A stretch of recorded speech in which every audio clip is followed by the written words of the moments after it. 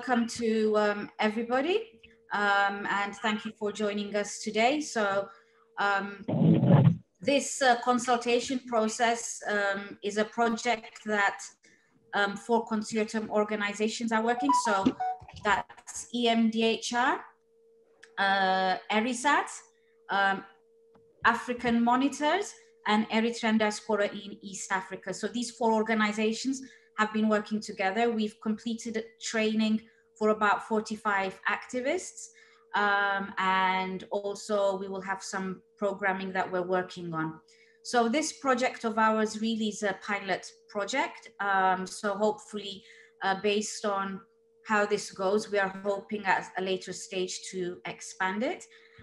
So the consultation, the objective of this consultation process is to bring Eritrean civil society organizations together for constructive dialogue and strengthening the civil society space.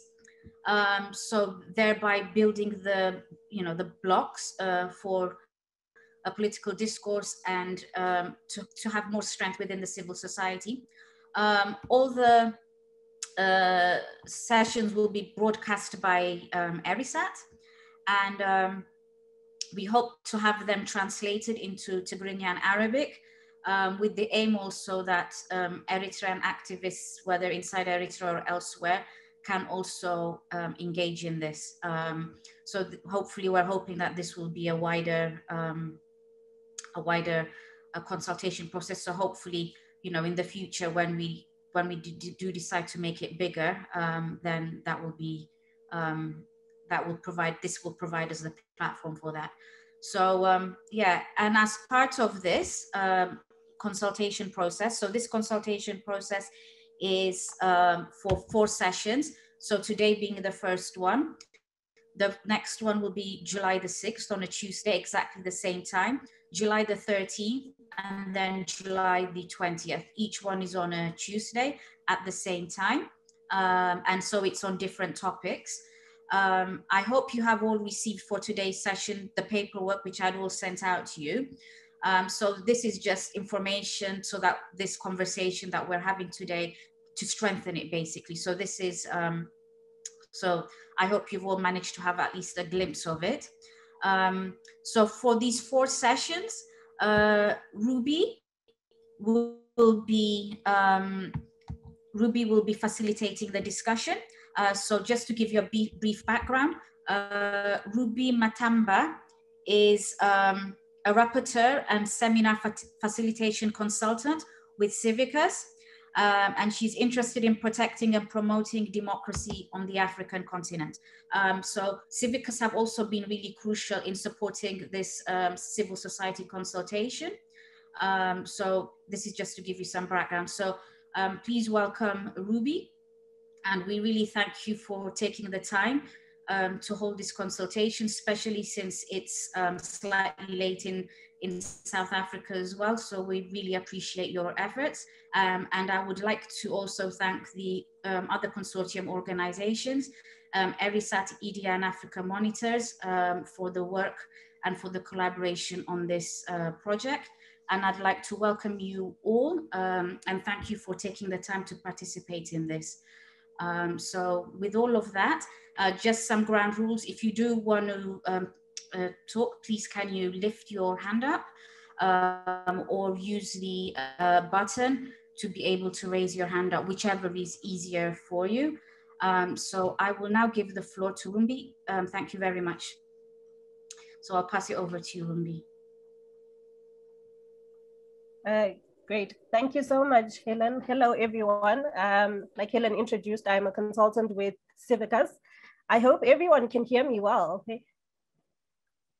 Okay. So just to start, I think maybe we can all just introduce ourselves briefly. I know a lot of us are familiar with each other to some extent, but for the benefit of those who are here for the first time or those who are not too familiar with the rest of us, maybe we could just start by quickly introducing ourselves, not taking up too much time, of course. We can start with Ephraim from Bay Area, if that's okay with you. Yeah, and Ephraim Naizgi from Bay Area. How are you? Thanks for inviting me. So basically in the Bay Area, right after Lampedusa, a bunch of Eritreans got together and said, you know, what are we going to do? You know, are we going to just basically, you know, do a candlelight for every time people die, and you know, how can we work together, and so forth. And that led to getting together. Within about 6 weeks or so, the Bay Area Eritrean for Democratic Change was created, and that's the organization that started and continued every year, and then later on every 2 years, the board meetings goes on, and etc. And then we organized all kinds of events and left and right. And we also, part of the Bay Area organization, or at least community-based, is where it's local. All that stuff is local, except you collaborate with others.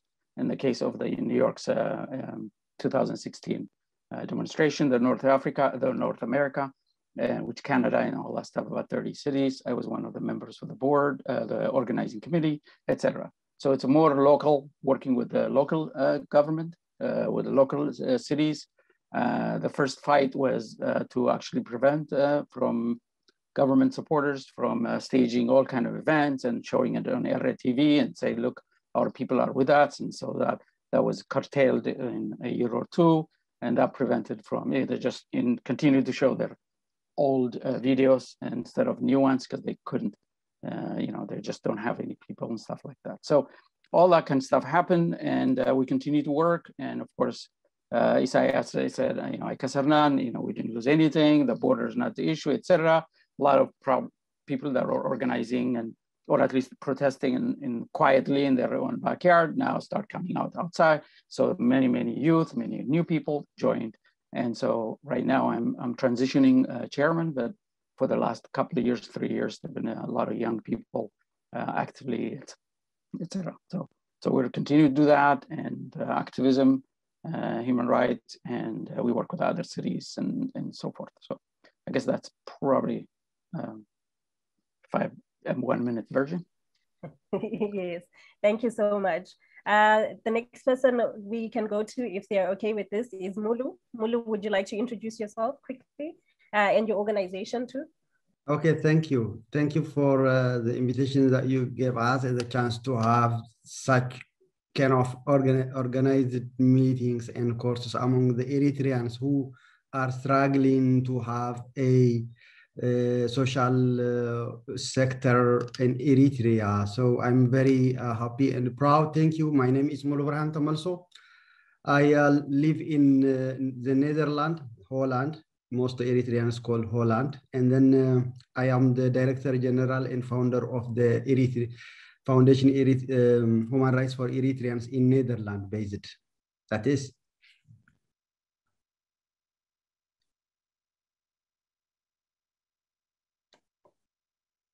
Okay, thank you so much, Mulu. Next, can we move on to George from Savannah Vision? Thank you. Hello, George. Yep, can you hear me? Yes. Great, thank you. My name is George Goreslase. I'm the senior member of the America team for displaced Eritreans based in Pennsylvania, USA. I'm also the founder of Savannah Vision Media and Community Services, Inc. These two organizations are working closely with Eritrean immigrants/refugees across the world, and especially in Libya. We are running a shelter for Eritreans, not just Eritreans, including Africans who are desperately looking for assistance, mostly victims of human trafficking. And now currently in Ethiopia, we are running shelter. We are running 4 buildings for victims of Tigray war. In Egypt and Sudan, we are facilitating some services through humanitarian organizations for desperately needs special children with acute medical needs.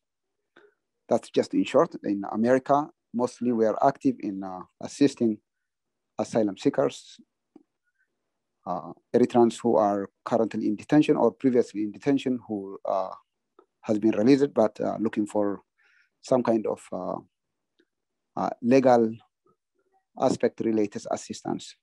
Thank you. Thank you so much, George, and thank you for the work that you're doing. That's very important work. Saba, would you like to just say hi? Saba?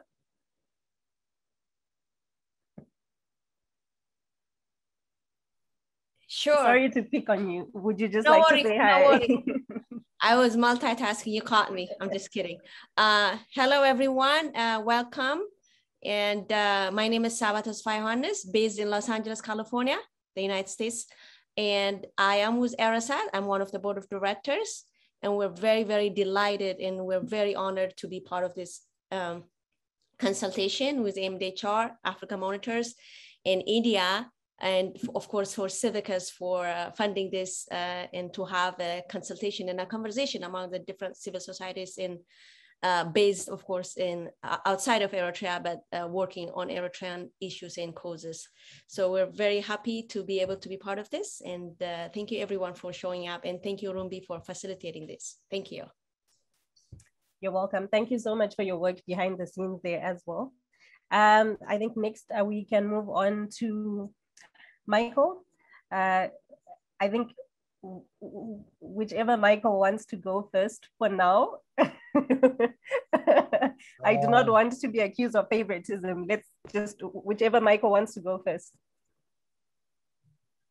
I think he said, okay. Okay, let me go. My name is Michael Elias. I'm from Toronto.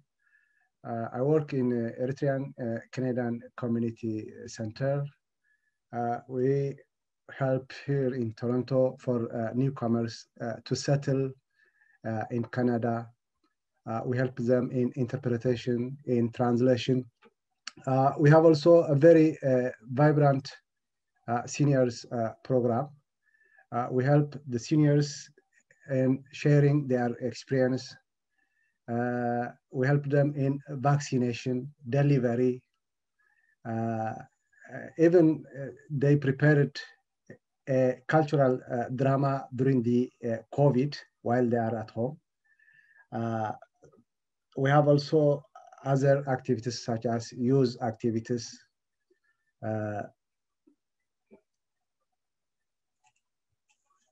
In general, we support Eritreans to integrate with the Canadian society.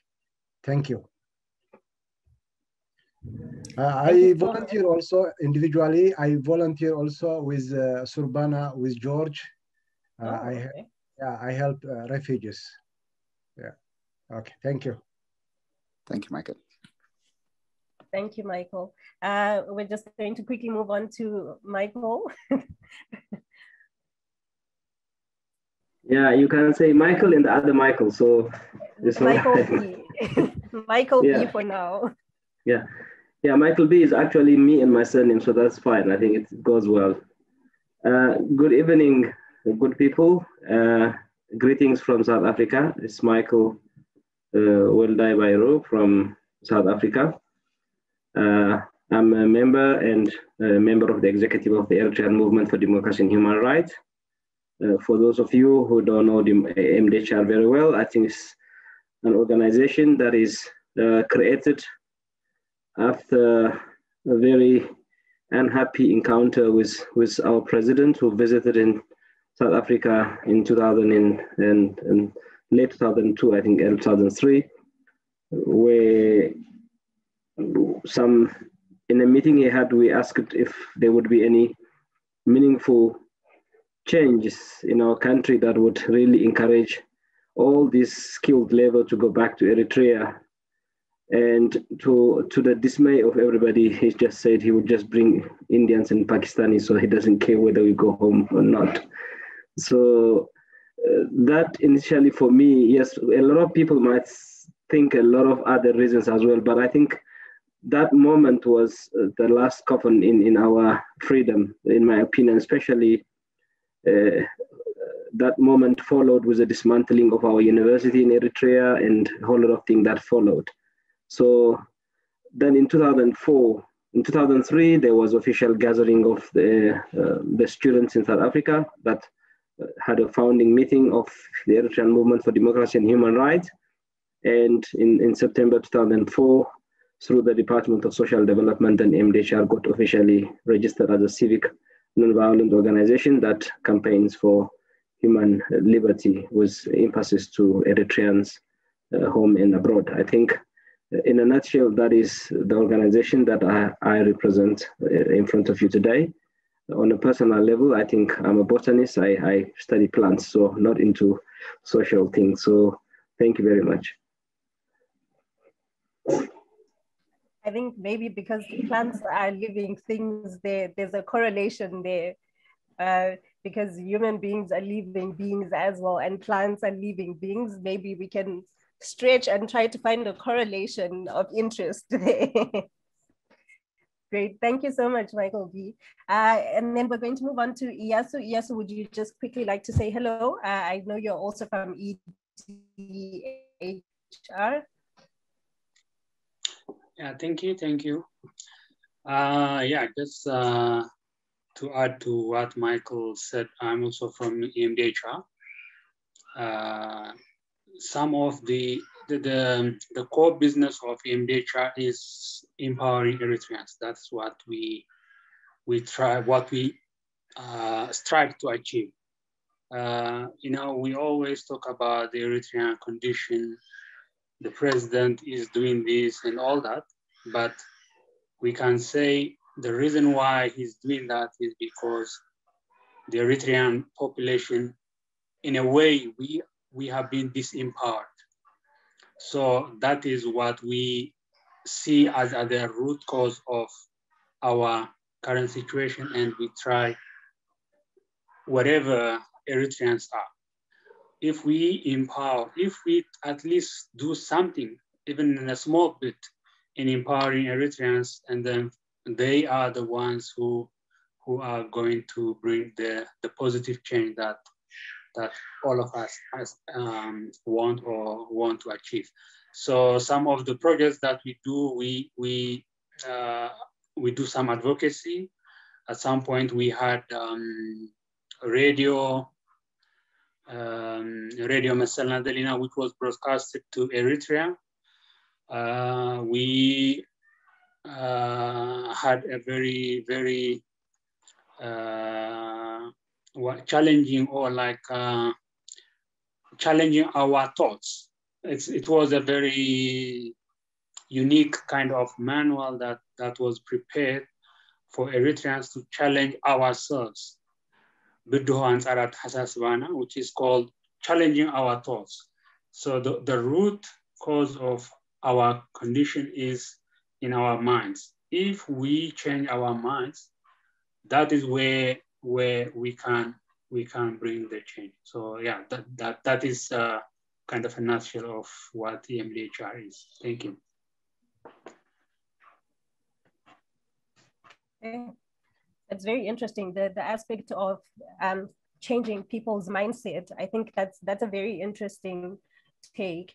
Can I just quickly move on to Emmaus to introduce yourself and your organization, PEN Eritrea? Yes, so I will read some introduction about PEN Eritrea. My name is Hermes. I'm here on behalf of PEN Eritrea as president of the center. PEN Eritrea is founded with the objective of promoting, in an Eritrean context, the broader objective of PEN Eritrea, understood generally as that promoting literature and freedom of expression. PEN Eritrea is committed to the promotion of literature in all Eritrean languages. Its language of communication is English. PEN Eritrea, also known as PEN Eritrea in Exile, represents only the interests of its members. PEN Eritrea was officially recognized as a center at the 18th PEN Eritrea PEN International Congress in Bishkek, Kyrgyzstan in 2014. The center joins a global network of writers in over 100 countries across the globe who campaign to promote literature and defend freedom of expression. It aims to serve as an umbrella for widely dispersed Eritrean writers and journalists who have been targeted by the Eritrean government for their writings. PEN Eritrea also works to promote the cases of journalists languishing incommunicado. I would like to add that the center is actively organizing workshops with coordination of other organizations that empowering the capacity of its members. This is the general image of PEN Eritrea. So for more information, you can visit the website peneritrea.com. Thank you. Thank you so much. Thank you. And then we're going to move on to Zara from Network of Eritrean Women. Hello. Hi, thank you for having me. Welcome. Thank you. So my name is Zahra, and I am speaking on behalf of the Network of Eritrean Women. We are a non-profit organization that advocates for the rights of Eritrean women. We were founded in 2013 by Eritrean women in the diaspora, and we actively work to raise awareness about human rights, women's equality, and gender-based violence, harmful practices and traditional practices. We encourage Eritrean women to tell their stories and share their experiences through various means, including social media platforms. We organize workshops, training, coffee mornings for our members. We hold monthly meetings and just create a shared network for Eritrean women, a safe space essentially.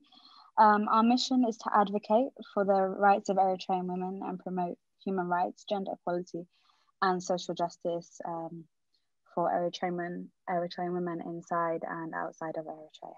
So yeah, that's the Network of Eritrean Women. Thank you.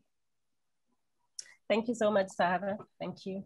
It's nice to have a bit of gender representation. It's nice to have women also part of the consortium. Hello, Afari. We're all just introducing ourselves quickly and the organizations that we represent. So at this point, I'm going to ask Ephraim M, if you would like to introduce yourself.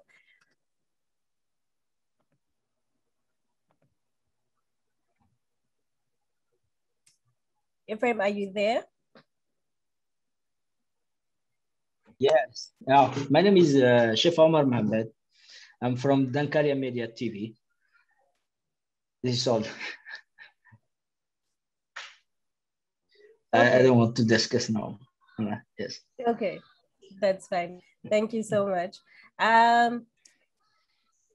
Is there anyone that I left out? I think that's everyone in terms of introductions. Okay.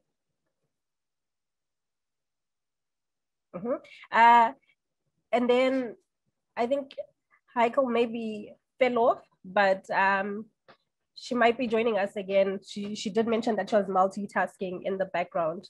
So thank you so much, everyone, for your introductions and for the background on what your organizations do. I think there are quite a few overlaps, but we have a broad set of organizations that are involved in a lot of different aspects, particularly literature, which I think was quite important because we don't have a lot of organizations, especially civil society organizations, that focus on promoting literature. So I think MIS from PEN Eritrea, I think that's a very interesting organization and setup that you have there. And I think it will be very interesting to hear from you on some of the work that you do.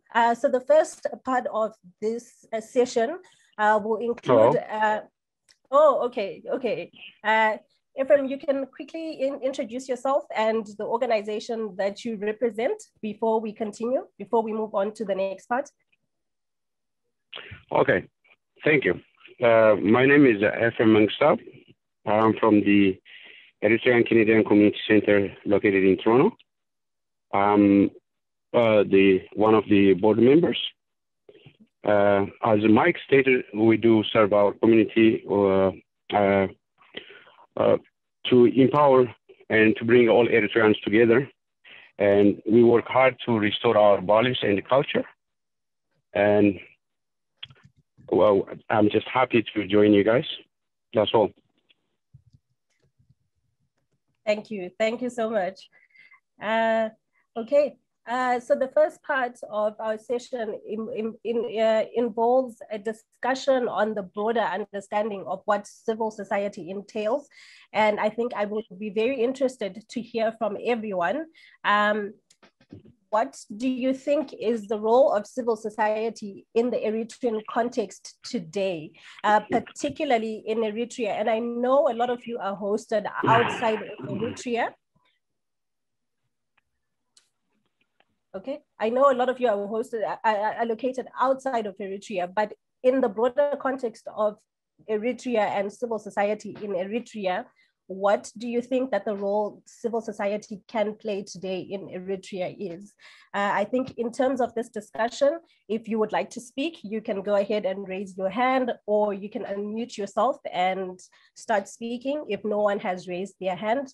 I do not want to pick on people.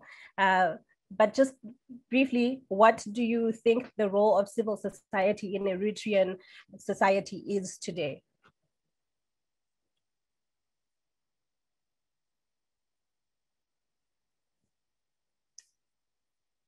Do we have any? I don't see any hands raised. Does anyone just want to unmute and speak? Michael B., you can go ahead. Yeah, thank you. Just to set the scene for the conversation, really, I think to start with the basic aspect of it, I think what we have failed to do successfully as a society and as a nation is to sit and have a civilized discussion. So often we tend to fail to control our emotions and we quarrel, and in the process we miss the bigger picture and end up not achieving what we set out to achieve. So, and then I strongly believe that I think it is the role of civic society through advocacy, education, and creating some platform that if we start talking to one another in a civilized way, I do believe that we could really move in the right direction towards the kind of change that we aspire to achieve. So I think as much as that my colleagues are going to mention quite a number of other purposes for civic society, I think for me the basic and the primary thing at this point in time is to create a platform for people to speak with one another, irrespective of their background, their religion, their political orientation, etc., etc. So that is, I think, what the civic society I expect to facilitate at this point in our history. Thank you. Thank you so much, Michael B. Yeah, so I see you have your hand up. Thank you. Yeah.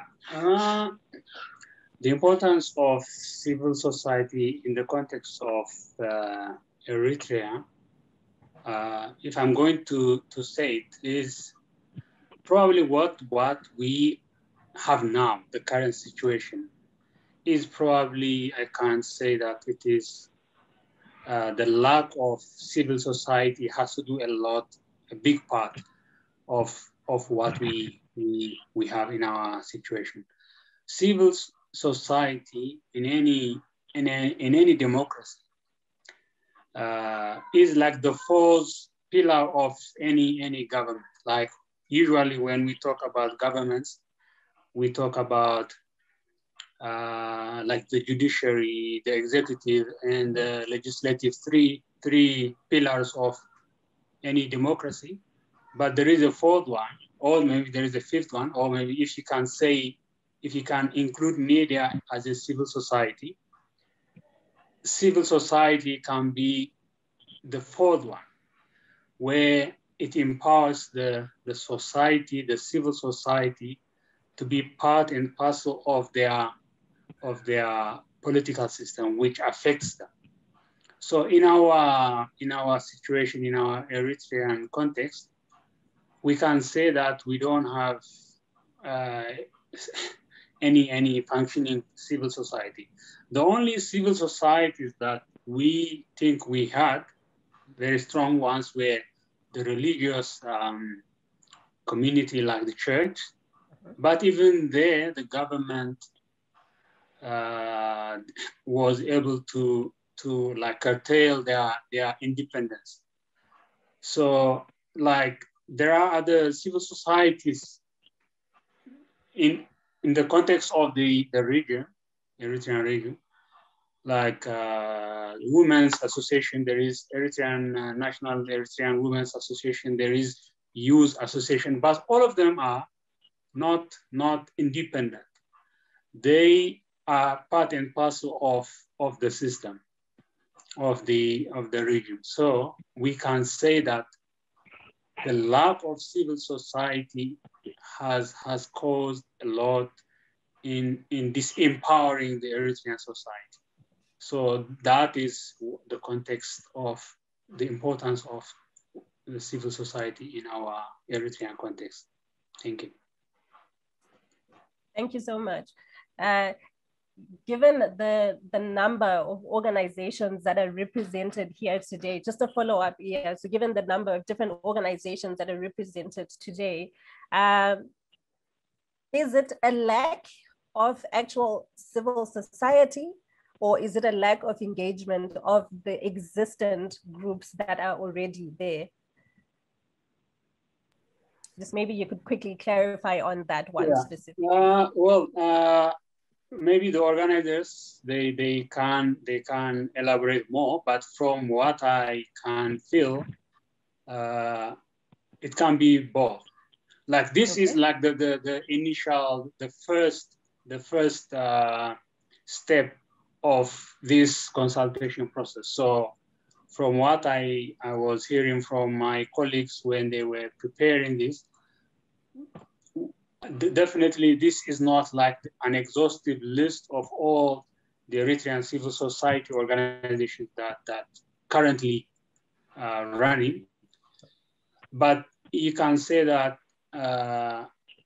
probably we might also say that do we have the full civil society that you expect in a normal democratic or in a normal society? So yeah, it can be a bit of both. Okay. Yeah, perhaps I think this is where also my comment, Rumbi, fits in. Because there is one position, if I may call it, that MDHR has taken as an organization, and that is whenever there is this thing of creating an umbrella organization, unity, and etc., we've always insisted on working together first. Okay.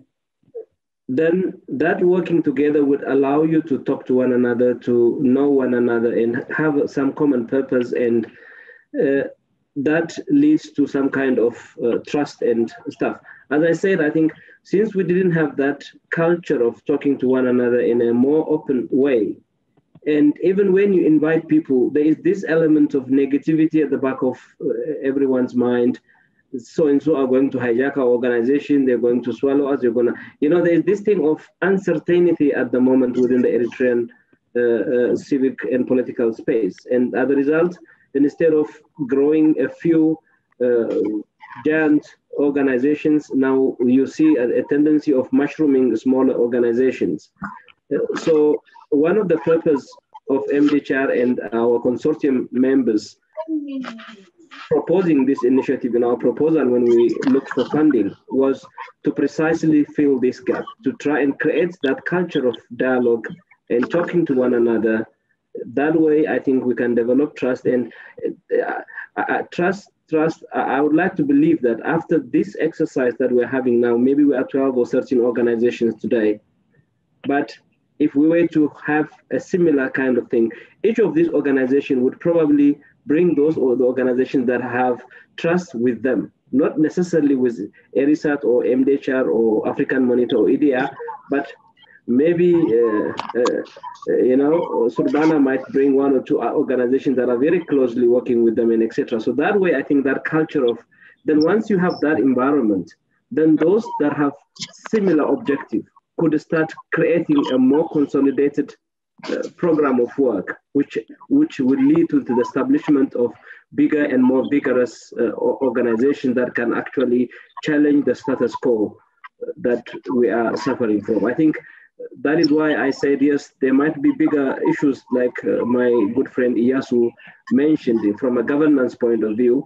But I think to start from the basics, I think what we need to start with now is to talk to one another. Thank you.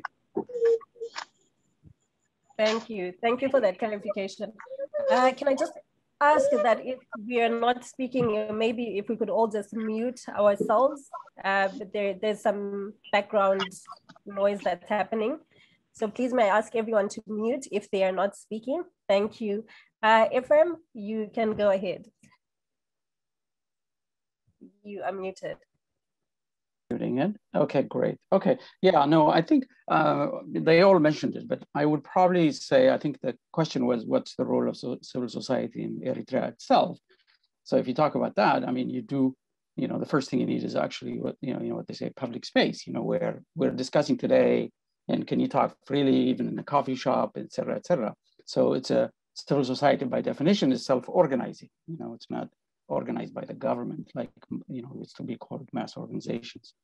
And so if you don't have that public space, then you're not going to have that in Eritrea, and that's an obvious thing. The other thing in the outside world, there is a lot of divisions also. I mean, in terms of just going organized. So, for example, even in the US and many other places, there's a lot of kind of study that show that belonging to organization is at the low point for various reasons. Especially the formerly Marxist and leftist and stuff has tainted where there is, you know, when you say the party or the organization, there's a really fear of being a member of that. So we also subscribe. So many people wanted to join, but they don't want to be a member, or they don't want to be considered a member for various reasons. So the growth of that is probably affected by that. And then not to mention intentionally, the government and many other agencies of the government and people are discouraging people from, joining and activity, that kind of stuff. So in terms of working together, I think on the outside, just again, you have to have a lot of organizations, and not all of them have to be organized in together in so many ways. The like-minded ones, like I mentioned, for example, in 2016 when the United Nations Human Rights Council, declared the government of Eritrea committing crimes against humanity, there was a lot of uproar in the street, and so in the U.S. and North America, a bunch of about 30 cities got together and said, "Okay, let's show our support for that." In New York City, so you do project-based activities and that kind of stuff. So that's basically in Eritrea. There's really somebody mentioned the religious organization. That's true. Even they are hampered. The only thing that you see good activity, or at least on the street protesting, was the Eritrea Islamic school protest. Really in the heart of, they are able to protest, they're able to organize, they're able to voice, why the other people can't do. So there is a little bit of a dilemma there for me. Okay, thanks. Thank you so much. Thank you so much for that, Ephraim. And I think it ties in with what everybody has said already, that it seems that there is a bit of a disconnection between the organizations that are existent already. And it seems that there might be a lack of understanding of what the role of civil society is in itself, to the extent that sometimes some organizations think that they're in competition with one another. And I think Michael B also touched on this, that you cannot get people to actually sit down and have a conversation, because sometimes they think that you're hijacking their mandate, or that or any discussion that you might have ends up in quarreling. And I would just like to pick up on that and just hear from everyone here. Why do you think that is so? Why do you think that there is that lack of understanding, that disconnect on the role of civil society at large, just within the context of the organizations themselves? Why is there that lack of understanding of the role of civil society in Eritrea?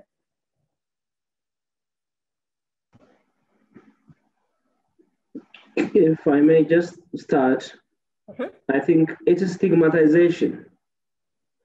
What happened was that the current dictatorial regime in the country effectively installed a mentality that is any criticism or any organization that really tries to organize people, to get into people's mind and to get people to do together outside of the realm of the government was considered a criminal act from the very first day they stepped their foot in our capital.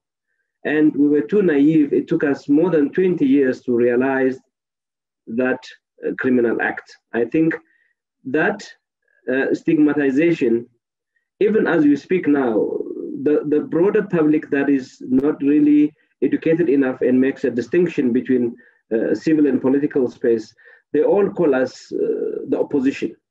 That is the universal name that you are baptized with. The moment you start criticizing the political system in Eritrea, so there is this lack of mixed vocabulary where the very definition of the word civic society is not understood by the Eritrean community at large. Even if it is understood, that is in a different way. But this is it's a very bitter experience for us in a way. In the 1930s and 40s, where Africa was still very elementary, we had very vibrant civil societies, whether it's from a musical point of view, from a literature point of view, from a professional organizations point of view, from free press media point of view. Even we had a Congress and a parliament and etc. So for us to go several miles backward is what really the damage that the current system put on us, because they had that bargaining chip, because they came through armed struggle, they freed the country from occupants and etc. So they had the public trust when they first came in, and then they exploited that, and then they installed everything that is wrong in society. I think the definition of civil society is what is the problem. Thank you.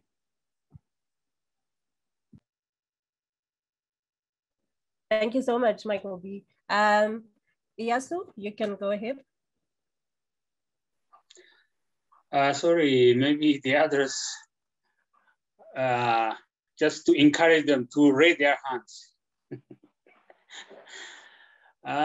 Yes, just to add to what Michael was saying is, we as society, Eritrean society, we are not a normal society. At the moment, we are trying to survive. We're not even in a stage where we can breathe. Okay, so it is hard. It is hard for even people to breathe inside Eritrea. All right, and then all this mistrust that was actively being worked by the government also had this mistrust between the people, and yeah, so we are like not a normal society. So we have a lot of work to do in that regard, to at least for the people to understand that organizing yourself, as everyone was saying, self-organizing yourself helps to defend for you basic, whether it is your freedoms of speech, like Pen Eritrea is doing, or whether it is for women's rights. So this is just any person, any society, it's right. It's like a given right to organize yourself in order for you to be able to better organize yourself and then defend your. So we have a lot of work to do in terms of that. Thank you. Thank you so much, Iyasu. Thank you. Zahra, I see you have your hand up. Yes, thank you. I think it's really important as a women's organization to bring up some of the issues that we face as a civic society. And I think there's just this issue of everybody thinking that their message is the be all and end all. Their message is their message is right and more right than other people's, or more important than other people's. Speaking, you know, about women's rights is not, and we often get told, you know, oh, you know, it's not about women's rights right now, settle down. However, you know, I think something comes into my head where Martin Luther King said, you know, if the most disadvantaged people in society, which in most cases are women, get rights and get freedom, then the whole of society is free. And so I think it's really important to not discourage other people's messages and think that you're speaking for the entirety of the Eritrean people with your mandate, your agendas, but to listen and hear and really take in what people who are experts in their field are saying from these specific societies. You know, it's about working together and working and knowing that you can't, as one civic society, you can't just speak for the whole people, but we need to work in partnership. Yeah, thank you.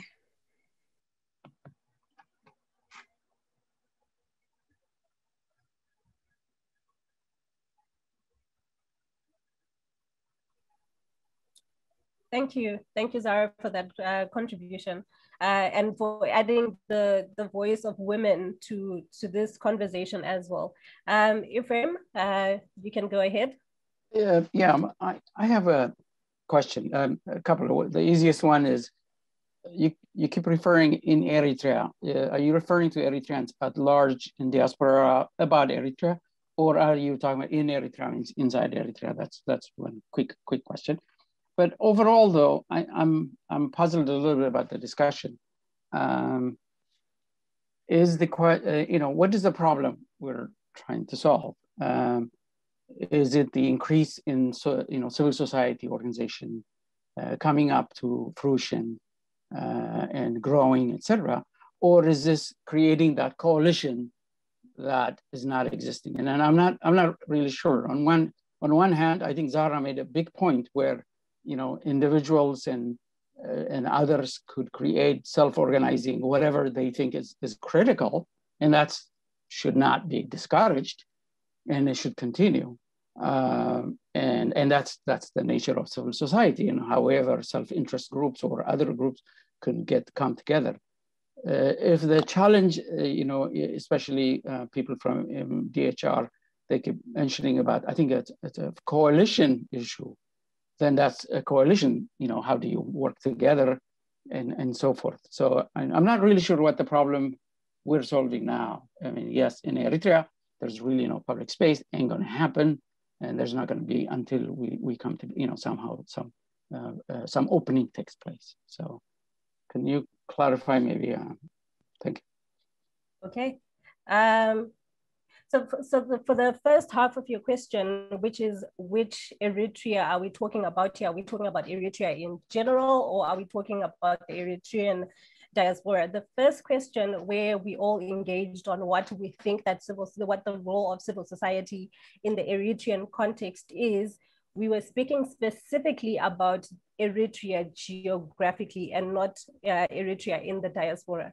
Because so far, even just from the representation that we have today, we do have a lot of civil society organizations in the diaspora that are supporting Eritreans in the diaspora.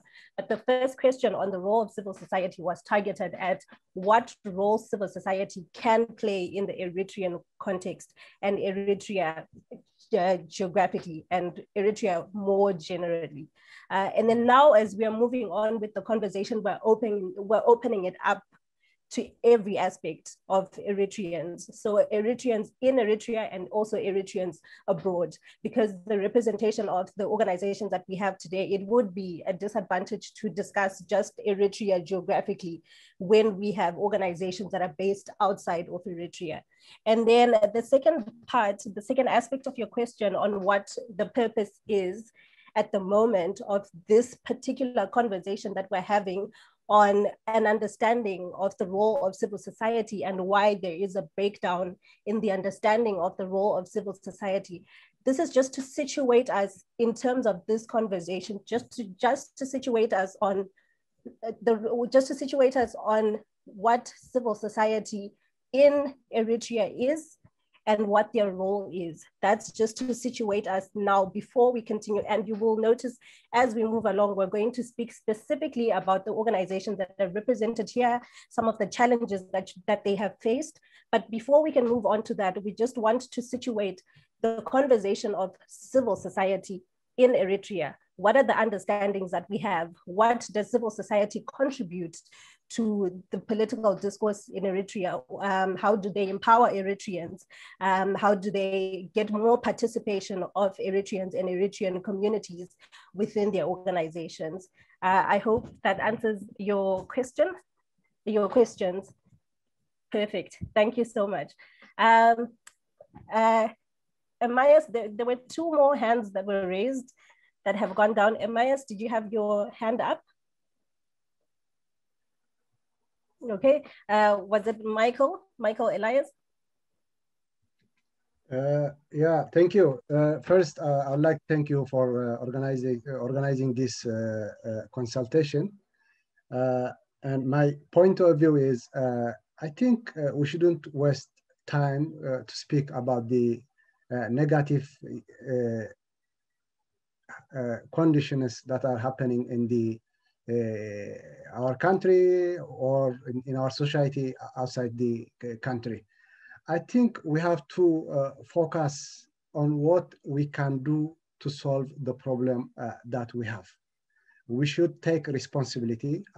We should be responsible as individual, as well as a society, to solve the problem or the challenge that we have. It's obvious that we have a very big challenge. It's clear for everybody. So we shouldn't waste time to speak about the government. He's doing his homework, but we have to ask ourselves, are we doing our homework? Are we facing the challenges that we have, either individually or as a society? So what I expect from this consultation is we have to prepare a strategy to work together to face the challenge that we have and do our homework. Thank you. Thank you. Thank you so much, Michael. Does anyone have any questions at this point before we continue? Anyone have anything that they want to raise? Michael B, go ahead. Thank you. Perhaps to help our participants have an overview, maybe I would like to propose slides, deviation from how we planned to do this consultation. Perhaps Helen have all the contents. I would like to assure my colleague, my good Eritrean friends, that the purpose of this consultation at the end of the day is once we identify our problems and what we need to do, the ultimate objective is to lead us towards a sustainable strategy that would allow us to challenge our problems, not to talk about them. I agree 100% with you. We spoke about our problem for more than 15, 20 years. It took us nowhere. So, but we started by talking about our problem, as Rumbi said, to contextualize where we are going.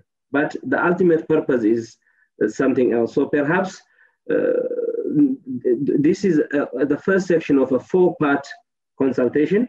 The other 3 parts are actually very work-related components where we discuss the specific subjects that are important for us to try and work together. So perhaps listing those content that we are going to cover in the next 3 to 4 weeks would probably give our attendees a good overview of what we are planning to cover.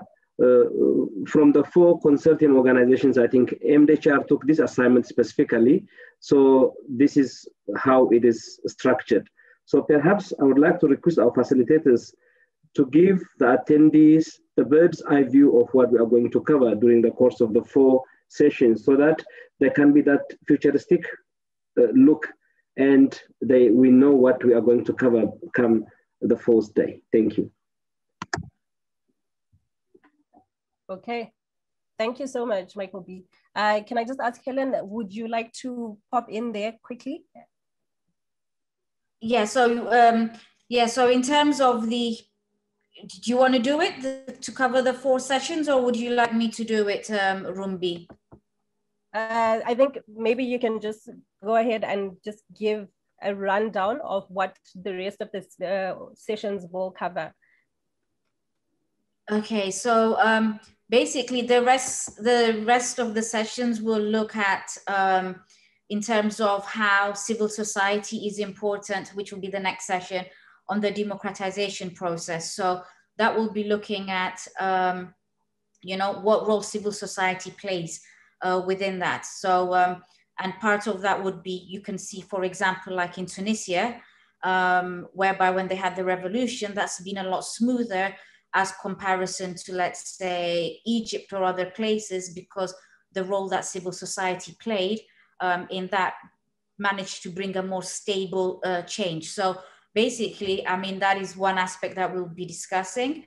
Other aspects of the sessions, like on session 3, will be about governance and, you know, in terms of capacity building, structuring, you know, how we can develop ourselves as civil society, because once we strengthen our own space, then that will also help bring to grow civil society. And not all of them have to be organizations at the end of the day. It could be associations, it could be clubs, it could be all sorts. But once we provide that space, a strong civil society space, then that space becomes a safe ground for other civil society groups to mushroom, which is important in also building tolerance, but understanding other people's views as well. So that will be part of that discussion on the 3rd session. And then on the 4th session, it will be kind of looking at the 3 sessions that we've discussed, looking at the impact of social media in terms of civil society, and also looking at ways that we can do to move forward. So this is kind of the overview, you know, of this consultation. And then all the information that we take back from it will be something that we will analyze and then see how, you know, how we can develop and strengthen the civil society space that we have. So I hope that's kind of given a brief overview. So it's, you know, it's how we strengthen each other, how we strengthen our working relationships, how we strengthen that civil society space. And I think if we are able to do that in the diaspora, then we also open the avenues for that to begin to happen even within the country. So yeah, so thank you very much. Thanks. Thank you, Helen. And I hope that has brought a bit of clarification for everyone on where we are now and where we are headed in the future. So just to continue now, we're moving along. We're going to just briefly share our experiences as different organizations and our experiences as civil society. And I think the first question that I want to ask everyone is, what are some of the challenges that you have faced, mainly in incorporating people or publicizing your work or having people to raising awareness of the work that you're doing? What are some of the challenges that you've faced, especially for organizations such as Foundation for Human Rights? And also, I would like to hear for Bay Area. I would like to hear from Bay Area for Eritreans for democratic change. What are some of the issues that you have faced, some of the challenges that you have faced in organizing, getting people to participate, and also publicizing your work so that people know that you are available as a community and you offer the assistance that you offer? Does anyone want to go? I think everyone will have a chance to go. if I can pick on someone, maybe we can start with Zahara. You already touched on this, where you talked about how there's a siloing of energy and thoughts, and people just seem to assume that women's issues should be relegated to the side. Do you have any other challenges that you're faced as an organization? Agor, حجون طلباتكم المملا حدجت فريات حيزو ناب إداكا قريب الله أبا أكلاتنا زتسأل عنا يتسألني مارك أنا ناديو قربتنا خي عندنا قطعه يشكرنا دو قطنا خي مادال لو زفحشو توساس وطع زنقص قربتك يشكرنا دو اقرنا خي اندارات الشتان دا قبره يتقبلنا دو نايز كله فتح مبعر بزيك العالم أقول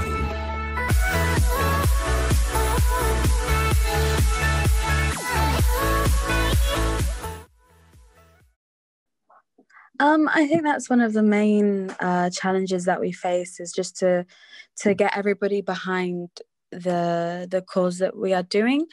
And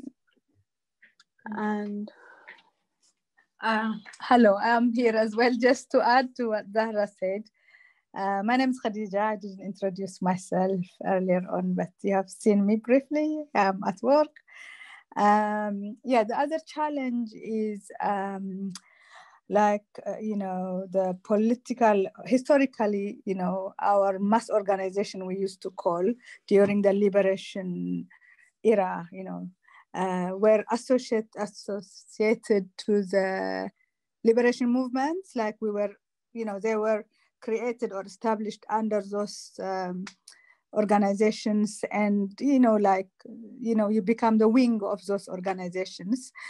But there is still that perception of in some political organizations, to kind of become under their wing, if you like, or to support their own agenda instead of allowing you to develop an independent kind of organization. You want to add? Yeah, that is another challenge that we have. So changing or the culture of, or the attitude or the knowledge, what civil society's role should be. Yeah, these are the two main challenges that we face. Thank you. Thank you. Thank you so much for that contribution. Would anyone else like to go next in discussing the challenges that they have faced? I can contribute something. George? Yes, please. Go ahead. Thank you. I believe some of our issues are for not having the continuous commitment and dedication. That's number one. Number two, we seem to have some lack of continuity. And for not setting up the long-term and short-term plan with a framework, and then the lack of the having network between inside and outside of our people. Of course, there is a financial burden to some of the services too. So these are the points that I see most of the time. Thank you. And I think that maybe that might be some of the sentiments that will be echoed, especially the issue of funding. I would like to hear from Emmaus. Is Emmaus still with us? Yes. Particularly on the issue of funding that George has raised, is this a challenge that you have faced, especially because your focus is more literature writing, promoting freedom of expression? Is funding one of the issues that you have had to face as well? Well, is it for me or George? Is that Jeremias, I think? Okay, Did you say Jeremias? Yes, yes. Yeah. Yeah, I don't have much to say because PEN Eritrea managed to organize funds between sister organizations like PEN Norway, PEN German, PEN International itself. So from different organizations, we managed to fund for some publishings and some promotions like that. Our main challenge is to organize ourselves from, because it's a kind of minority society in the context of the large Eritrean society abroad. So we are dispersed in all over the world. So it is hard to organize and to come together. And then these meetings, this kind of issues are the main challenges. Otherwise, in many ways, we managed to run on. Thank you. Thank you. Thank you so much. And I think just picking up from what you have said, it seems that the fact that you are part of a bigger organization and there is representation across different countries and you have managed to sort of get over the hurdle of finances because you can draw from each other. And I think maybe that might be an important point, that maybe more collaboration will result in overcoming some of the challenges that we face as civil society. Ephraim, you can go ahead. Yeah, I was, as I was thinking, getting ready for this meeting, and I was kind of jotting down a few of the things that challenge. And the big, number one is mistrust, just a lot of mistrust, and there's issues working together and also, and that can only be overcome for most part by working together and getting that trust going. And without that, you get nowhere. And that's the sad part in Eritrea, is that there is really no civil society and other organizations and schools and students and employees and unions, and then you build that trust with working people. That doesn't happen, and that's going to be a very big hurdle. And then there was also a little bit of leftover frictions over the years, and some will associate with you and the others will not, because that idiot is there and whatever, and so that kind of just moves on, and then they label all kind of name, whether it's Auraja or the Haimanot and other ethnicity, etc. And then it just kind of poisons the environment. It took a long time to overcome that in the Bay Area. And then the other two are just overall, for example, it's sort of institutionally governing, money management and other things are a challenge. At the beginning, there was just a fly-by-night and all stuff, and then nobody took money, nobody stole money, but there was really no accounting, and then all kind of stuff at the beginning. And so that created, some people just kind of dropped it off from, they said, I don't want to be part of this, et cetera, et cetera. And so by learning from that, basically is we really put the following year, very, very stringent control on the finances. And it took a long while. But that doesn't come out of the blue. It just comes from experience. You make a lot of mistakes and as an organization, et cetera. The other one is probably about maybe leadership experience and that kind of stuff. And so though, governing even the organization, and there's good meaning people, but they just kind of move on. For example, I'll just give you one example. There will be a board meeting, or decision will be made, for example, and then no minutes were taken, no decisions were broadcast, and then 2 months later, somebody who lost in that vote will bring it back, and then say, no, we didn't make any decisions, no, we just left it for next time, et cetera, et cetera. So you have this, organizational management, so to speak, and so that requires a little bit of experience in either nonprofit management or other civic society leadership experience, and that's actually it. The last thing I'll say is the last two things are many of the members are, they have small children. They're working and they're doing all this stuff. And so earlier somebody said, it's really a part-time activism, in many ways. And when you do that, it's all volunteer based. And so the community is not rich enough to fund a big organization, whether it's think tank or other things. And so as a result, you know, you just have to work with what you have. And the last one is, which is my favorite, there's a guy named Bill Moyers who, you know, there's so many Bill Moyers, so I'm gonna spell that. This one died in 2002. He's a Bay Area activist, American. He wrote a book called Movement Action Plan, you know, very, very fantastic. And one of the things that he raised is there is 4 roles for activists. One is what they call the rebel. You know, that's the person who's going to be on the street fighting with the police, et cetera, et cetera. And then another is like more a citizen. He's just like activist. He or she is aware of their role and what the democracy is about, et cetera, et cetera. And so they work with all people, with family members, with other friends, and so forth. But they don't want to be on the streets protesting. And so the people who want to protest, you know, say, why are you not coming? You know, but there's a different way of things. And there are lawyers and others also, they rather lobby, you know, work through United Nations and state departments and that kind of stuff. And they don't want to be on the street. So there's a lot of also misunderstanding really about what, you know, various roles activists can play.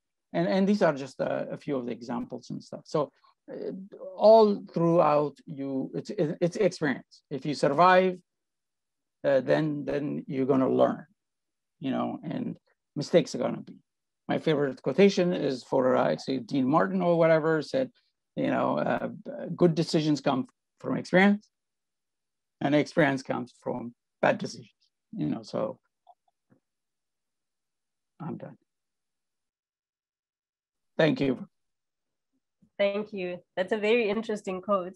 But just in addition to to those challenges that you have set out, Ephraim, given the situation, the location that you operate in, which is America, have you faced any challenges in terms of reaching out to local governance in America? Specifically, have you had any friction with the institutions, the governing institutions that are in America, in terms of the work that you do? Like into, you know, city governments and other institutions that are yes. managing the population, so to speak? No, yes. I think it's no, not really, because in the US, it's a very, what can I say, service, you know, public has a lot of say, and politicians and all they need is their vote and their money, so to speak, etc. So not that much, and we are able to, you know, go in the offices of Barbara Lee and many of the mayors, and we have, you know, prevented, you know, a lot of the pro-government activities from giving space for free and that kind of stuff. So by demanding and showing the human rights abuses, etc. So no, it's the access to power is not that difficult, but except that the more, like if you contribute as an organization more money to their campaign, then they'll pay, you know, they'll pay the attention for that. So I'm not really sure in the US that's actually a big challenge. To be effective, you have to be smart, you have to have money, you have to approach it, you have to have the numbers and so forth.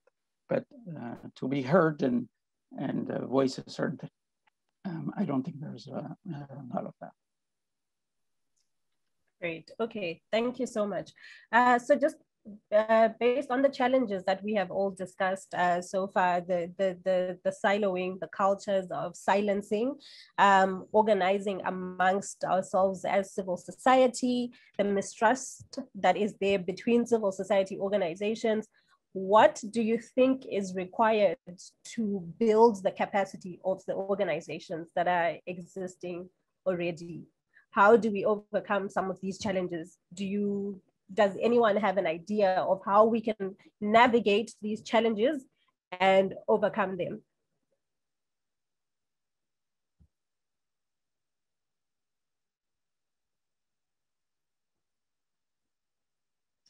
I suppose maybe to start us off, and maybe you can correct me if I'm wrong, I think greater collaboration between organizations, and also the reason I say this specifically is because picking up on what Amaya said about how funding has not been a challenge because of the collaborative effect of PEN and how it's something that exists across different continents and that collaboration already exists institutionally. Do we all agree that collaboration amongst ourselves as civil organizations could help us overcome some of the challenges that we face, particularly mistrust? If we do not trust each other, maybe if we work with each other more, we can overcome that aspect of mistrust.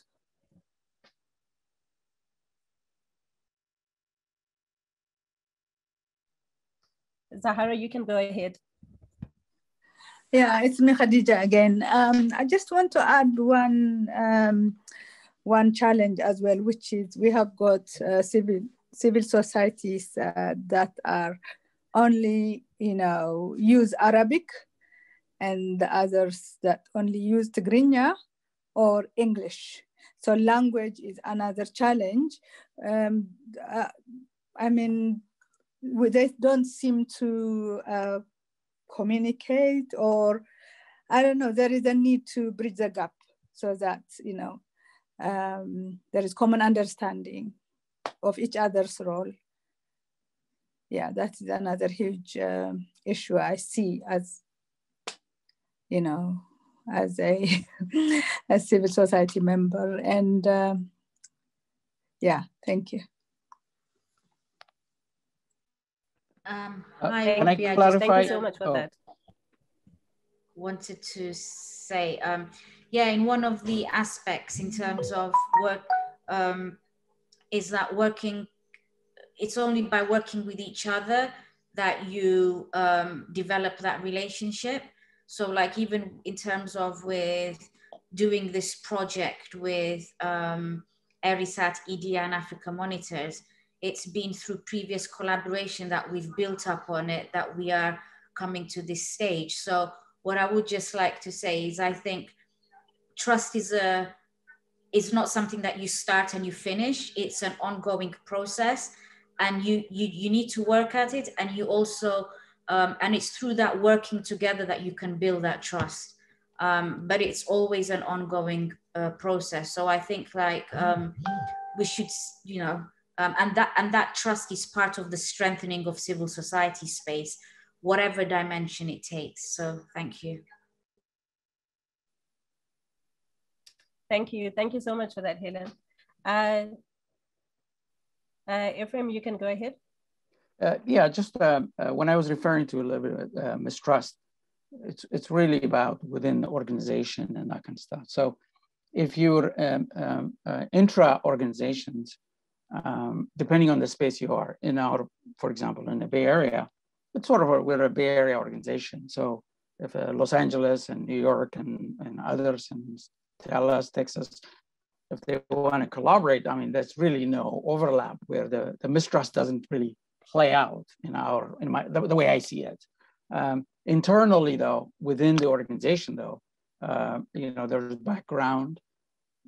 Somebody mentioned language, that's critical. I mean, we don't know how to bridge the gap between the youth that grew up here, like my kids' age, and my, even today's, I kind of thought it was in Tigrinya. I just, because it's going to be broadcast to ERISAT, and so, audience is probably Eritrean audience. And so I kind of, assumed that, but maybe that was wrong. But so the mistrust I was referring to is a little bit about internally, for whatever the historical background of everybody.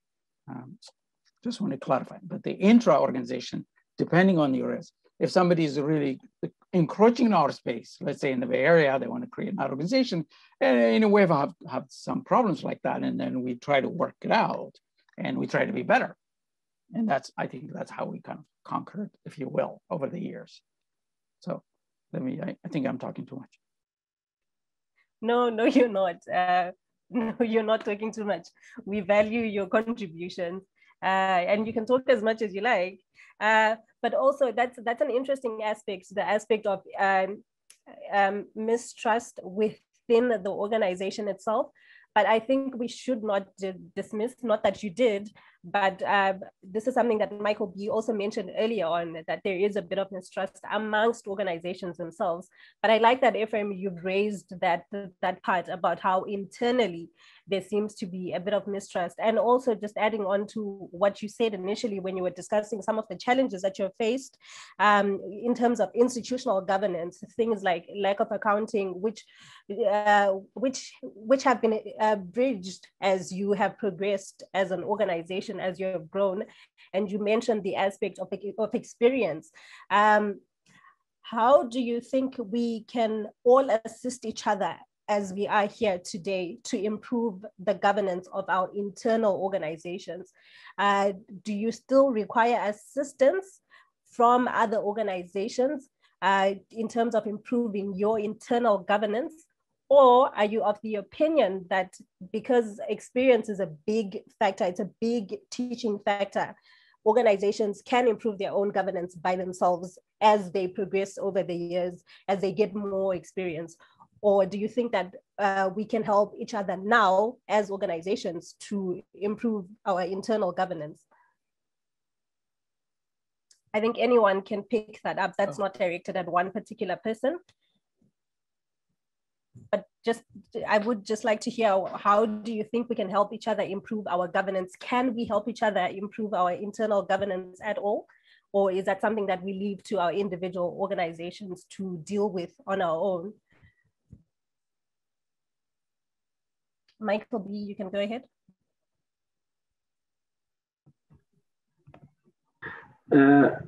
Institutional arrangements and governance are perhaps one of our weaknesses as society, probably because as demonstrated in many different ways. And precisely that is why we put that institutional culture as well as part of the discussion document. Maybe in the next subsequent sessions, we will be covering that as well. But what I think is that yes, we can help each other by doing that. But also it is something that we need to really learn to do it for our own good, because especially if you want to go through project funding and a whole lot of other things, you have to really learn those institutional arrangements on how are you going to invoice, how are you going to account for your financial reporting, what are your HR arrangements, what are your risk mitigation, what is your anti-corruption policy within your organization. If you want to continue as an organization in this current global arrangement, and if your funding is largely dependent on grant-related funding, like precisely the kind of project that we are doing, I think there's no way around it. We just have to learn to institutionalize our mode of operation, not only for the sake of our funders, but through institutionalization, then that is where you develop trust, especially internal trust, because you have those checks and balances in place, like Ephraim correctly put it. So the moment you have those checks and balances, you get the trust and the support of the people around you. Then that empowers you as a person, and then it drives you, it gives you that extra bit of energy that you need to push forward against all odds. So for me, institutional arrangement is something that we can't afford to postpone, and we really need, perhaps not in a civic way, but as society. That used to be one of our challenges, maybe still is our challenge. Even those who fought for 30 years and liberated Eritrea, the reason why we find ourselves in this mess now is that they used to always say that, no, our governance is a family business, it's a family thing. You know, there were no checks and balances. I don't remember any finance minister in Eritrea giving any annual report or expenditure report or any sort of that. So as society, I think we were disorientated from seeing things for what they are. So we need to learn to see things in an institutional way, not just because we mistrust people. Sometimes it puts us in trouble, because the moment, I can tell you that a couple of weeks back, we had a big problem in some gathering, and the reason why was that one person said, no. The churches, we have a community church, and there's a lot of people donating money. And traditionally, the church didn't have a transparent accounting system. And we have absolutely no idea where this money is going. And then we can't even fix the bloody doors and windows that needs fixing. So where the hell is the money going? So when you ask for a report, now suddenly people start pointing finger at you. No, you are digging something and you are the bad guy and stuff like that. So I think we need to go beyond that. We need to grow bigger than our ego and our perceptions and then move into institutional arrangement. I think that is how I see us overcoming it. Thank you. Thank you so much. I think it's interesting that how the country is set up and how the country runs seeps into how our organizations run as well. How if there isn't a culture of institutionalization within the government itself, no accountability, no transparency, that also tends to leak over into our individual aspects, so into our individual organizations.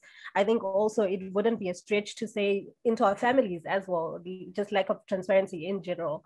So I think, yeah, that's very interesting.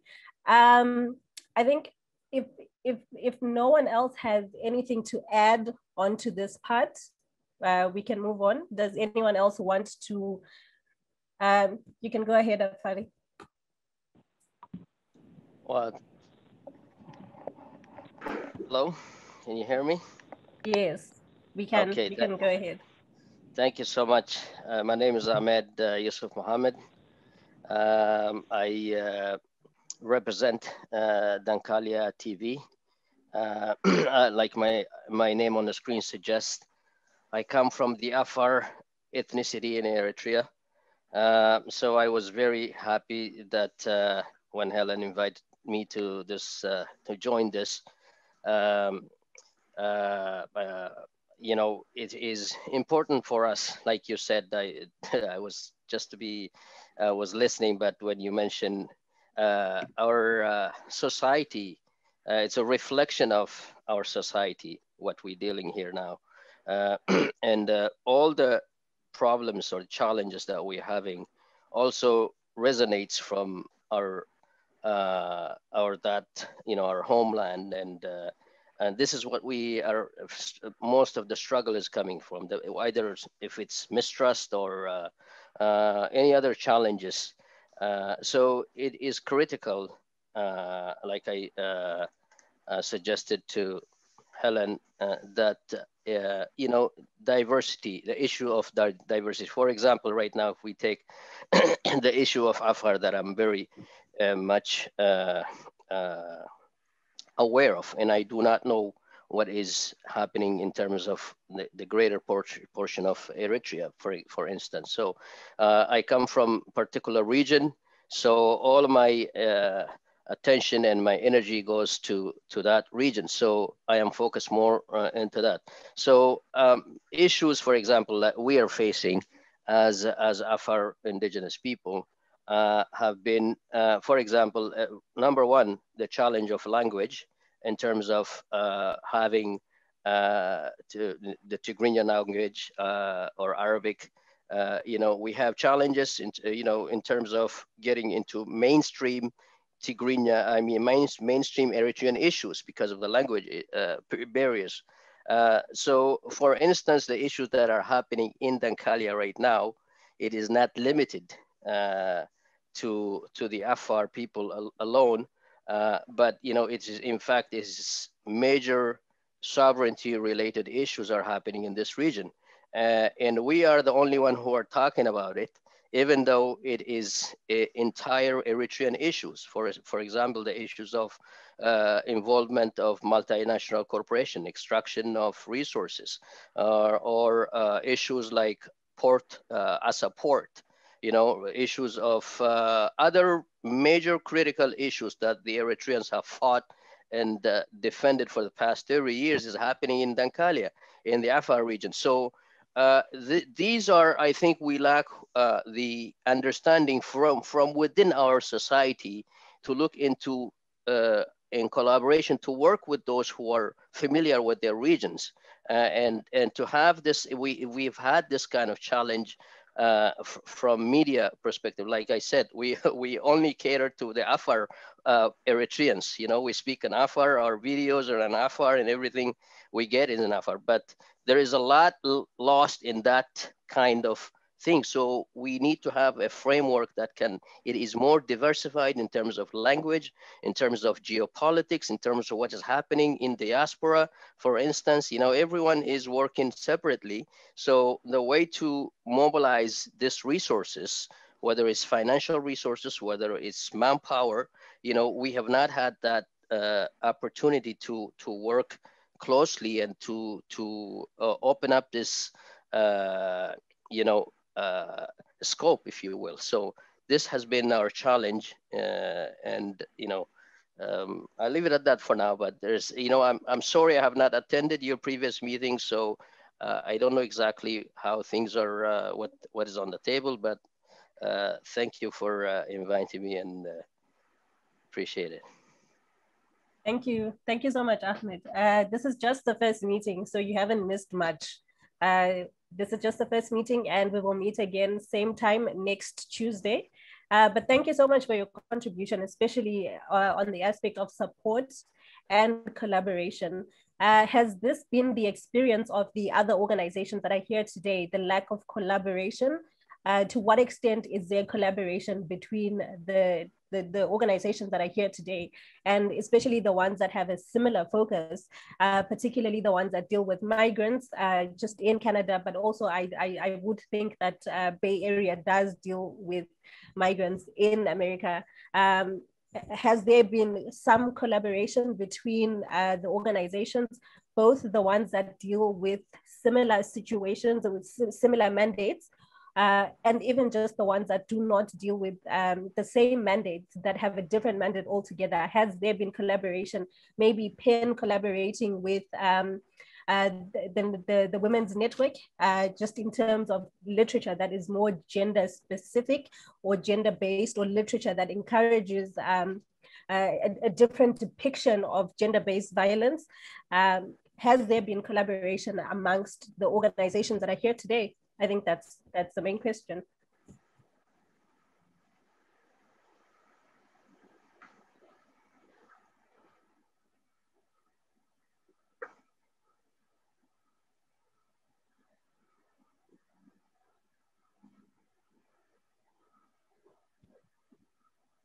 Yes, so you can go ahead.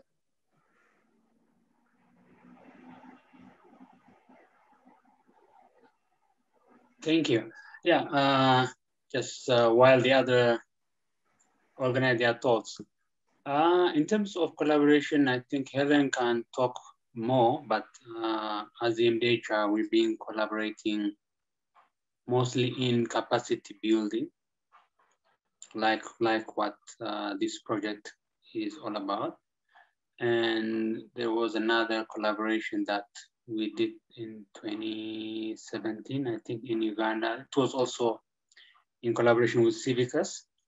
So this current project is as a follow-up of that previous collaboration. And previously, we with other Eritrean organizations, we also managed to do a kind of similar consultation workshop, which was conducted in Pretoria in 2014 as well. So yeah, probably we might have to do these collaborations more, but I think we have some experience of collaboration previously, and always with collaboration, you build trust.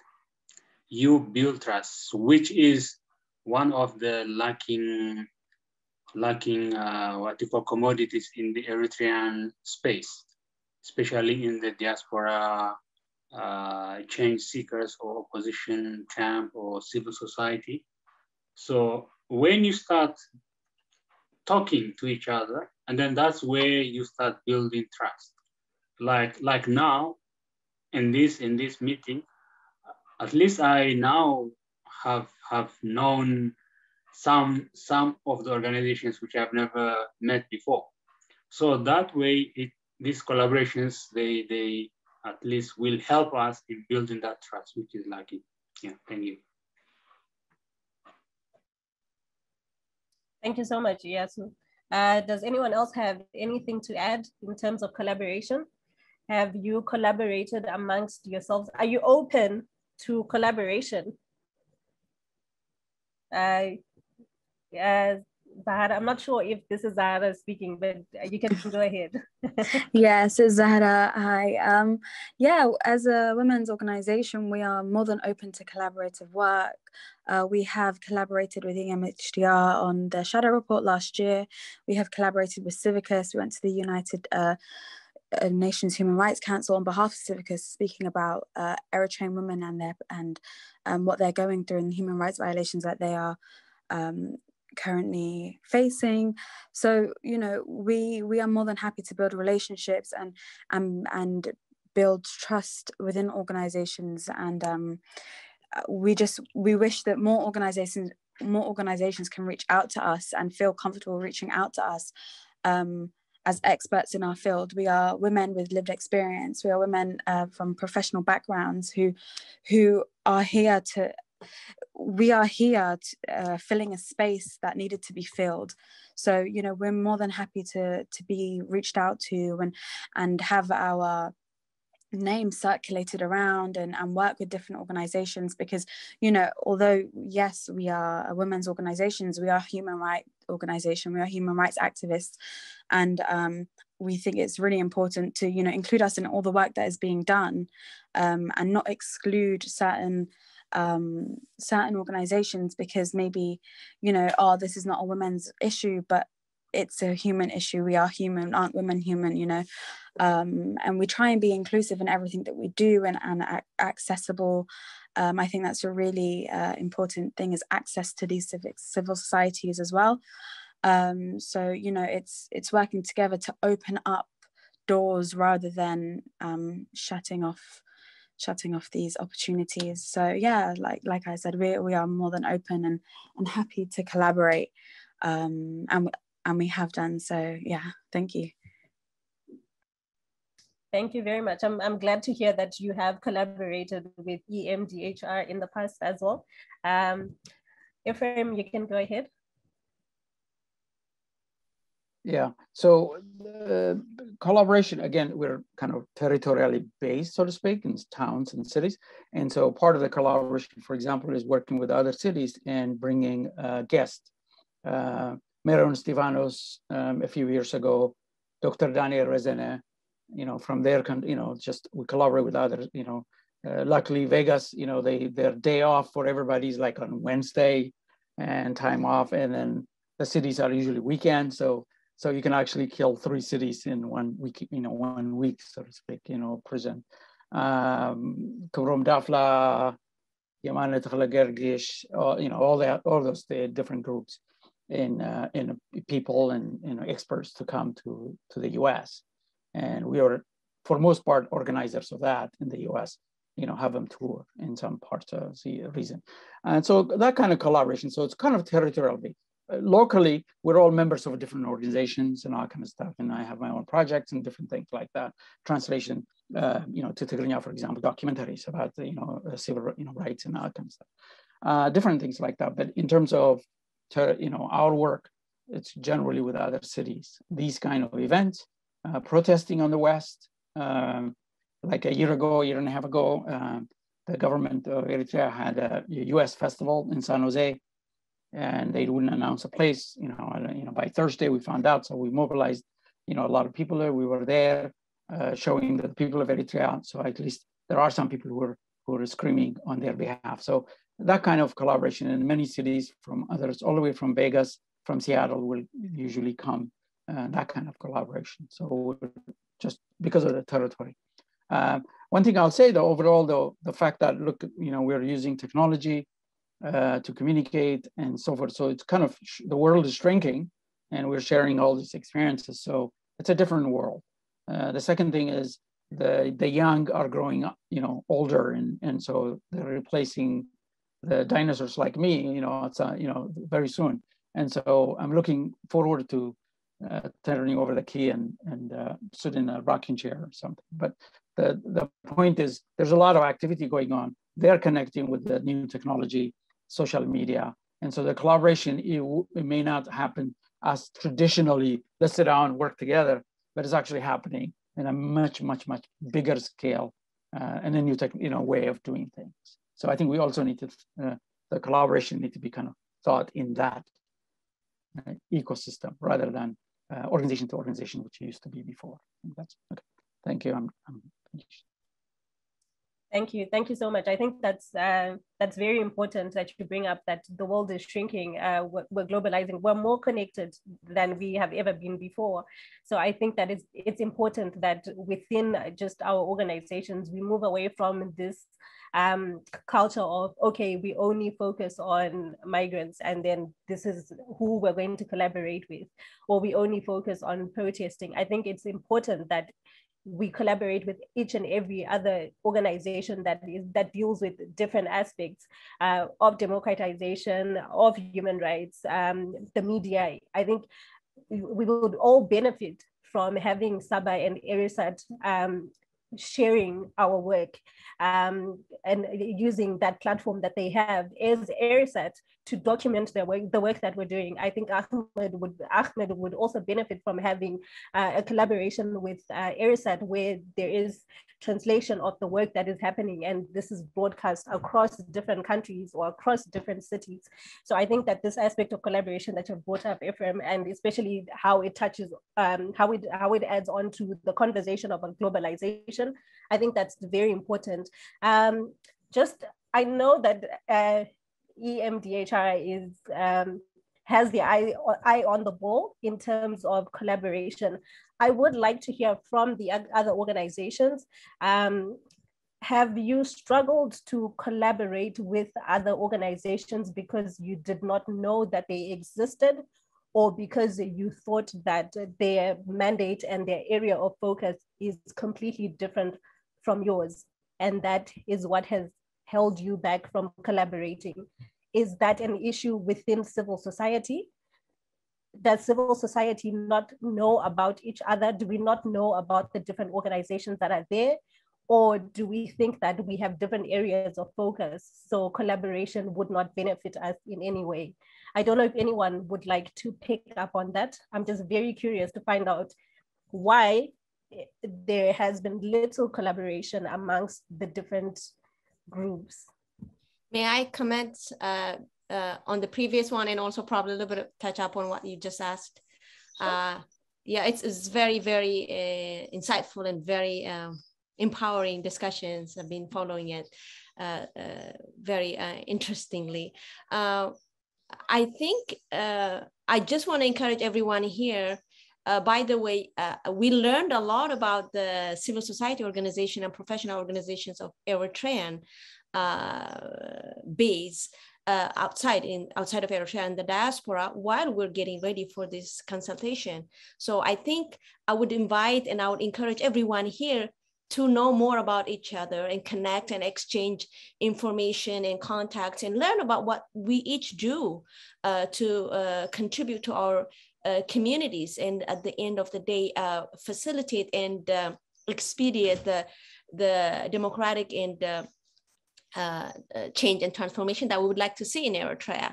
So I think this is a good opportunity for everyone who's watching on live on Facebook, and also for us who are here in the Zoom room, that to exchange that information and learn about each other's work. And it's fascinating to hear, I think probably the work that I know more of about is EMDHR, Africa Monitors, EDIA, and of course the Bay Area Eritreans for Democratic Change. I know them because of the connections that I have with them there.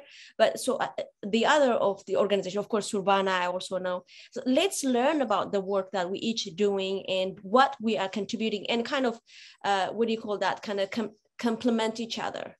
And I think I would just would like to end by saying that ERISAT as a media organization, as a public media organization that would like to encourage anybody and everybody to bring forth whatever content they have, they think, and they are working on they want them to reach the Eritrean community, because ERISAT is not only available on social media outside of Eritrea, but also it's getting to Eritrea through satellite television.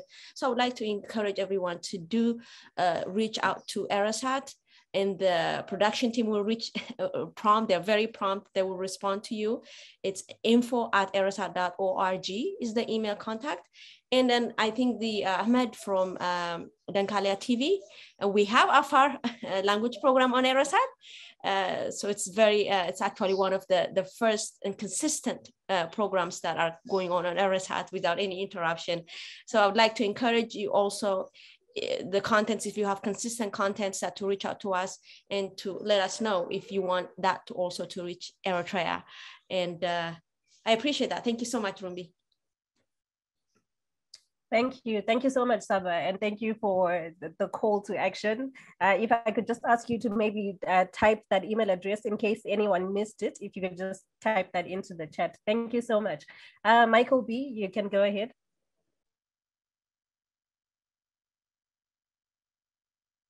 Yeah, I just wanted to put a point of emphasis on the aspects of collaboration. In that, I think there are two things I think we need to look into the collaboration. The one is what Saba has articulated in terms of letting each other in each other's space and knowing one another and finding a space in each other's space in a way. So I'm not from an encroachment point of view, but in a positive sense of the term. That is the first aspect that collaboration brings into a civic space. The other aspect is also that the world is not really having the luxury of resources it once had, and there's a lot of competition because of population and a whole lot of other issues. And having access, in the past, if you want to do a civic work, finding money was never a problem, because it was the people who are willing to do those things that were a problem in the past. But now there are willful people who are willing to work, but the resources are getting less and less because of increased population, other stuff. So one way of overcoming those kind of problems, in my view, is through collaboration, through working through consortium and having.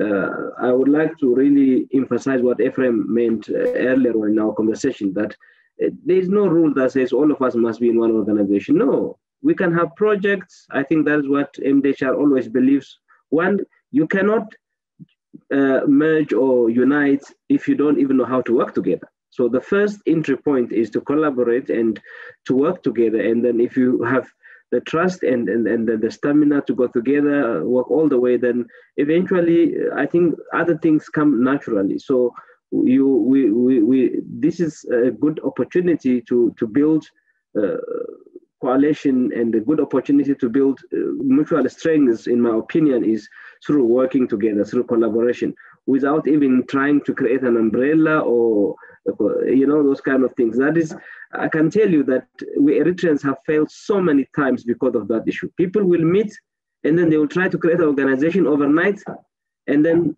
1 month later it's gone. It's not there because it is not built on working together. It is just a dream of creating a big organization. That is what, but big can only start from small. So that is the beginning of everything, in my opinion, is collaboration. I think not only in civic space. I can tell you, I'm a scientist by profession. You cannot have a project funding if you don't really have at least 2-3 organizations or countries in collaboration in a single project, because it's a gone that you can go alone and then get something for research or for anything. So collaboration, in my opinion, must be seen from having to create a space within each other's space and build confidence and trust and working together, as well as in optimizing resource use as well, in accessing as well as optimizing resource use. Thank you. Thank you. Thank you so much, Michael B. Does anyone have anything they would like to add before we close off?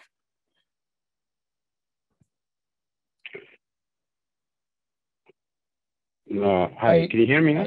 Yes. Okay, here is FM. I mentioned some words about the collaboration. I think the core for collaboration is trust. Trust and clarity of our goals. In my experience in Eritrean Canadian community here in Toronto,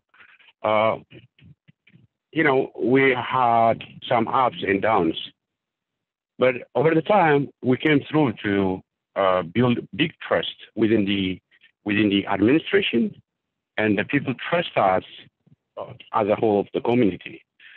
The reason is the clarity of our view and the clarity of our goal.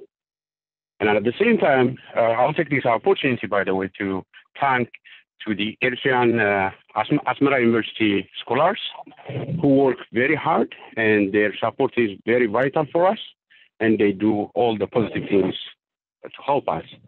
And the reason why they do is because they have the clarity of our goal, and they see it and they have the confidence. So in my opinion, to work and to help each other and to build a strong bond with the other communities or with other institutions is, trust is very vital. So if you work within our institution to build our trust, then the reaction is very strong from the external. So I would say this word. Thank you. Thank you. Thank you so much for that addition. Ephraim from Bay Area, you had something that you wanted to add?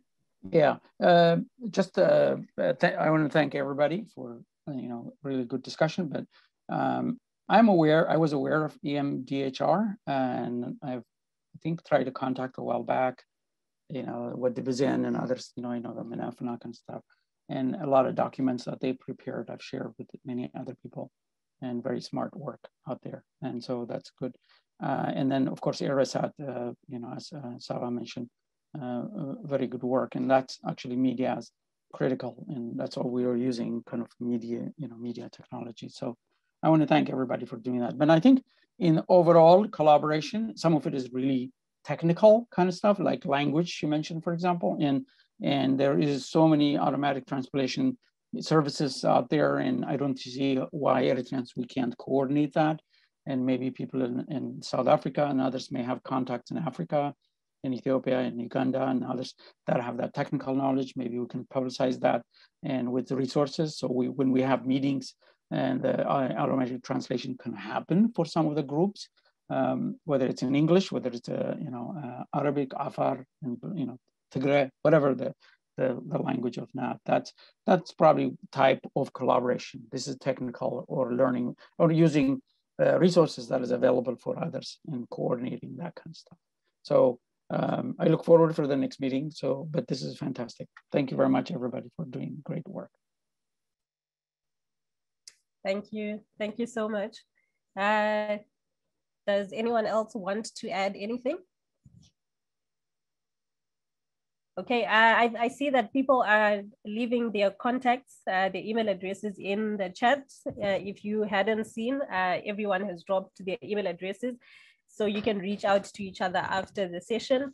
But thank you so much for this discussion. I think for the first session, this has been a very eye-opening discussion. We have just set out the role of civil society in Eritrea and abroad. And we have also discussed some of the challenges that organizations have faced and have tried to come up with solutions on how to overcome and how to deal with some of the challenges that we're facing, and how to better improve our organizations and our capacity and build capacity as organizations. So I want to thank everyone for taking the time today. This has been a very lovely discussion. Thank you for all the contributions that you have made. I look forward to more engagement next week. And next week, we are looking at the role of civil society in democratization. And I think this one is going to be a very interesting discussion, given the political landscape in Eritrea and the examples that we can draw from in terms of democratization and the transition to democracy. So that is what we'll be looking at next week. But thank you everyone for taking the time, and thank you for your contributions. Thank you for participating. Have a good day. If there is some time within the day where you are. If there isn't, for those who are in South Africa like me, have a good night. We will see each other again next week. We're using the same link. It's a recurring link. Next week, same time. Thank you so much.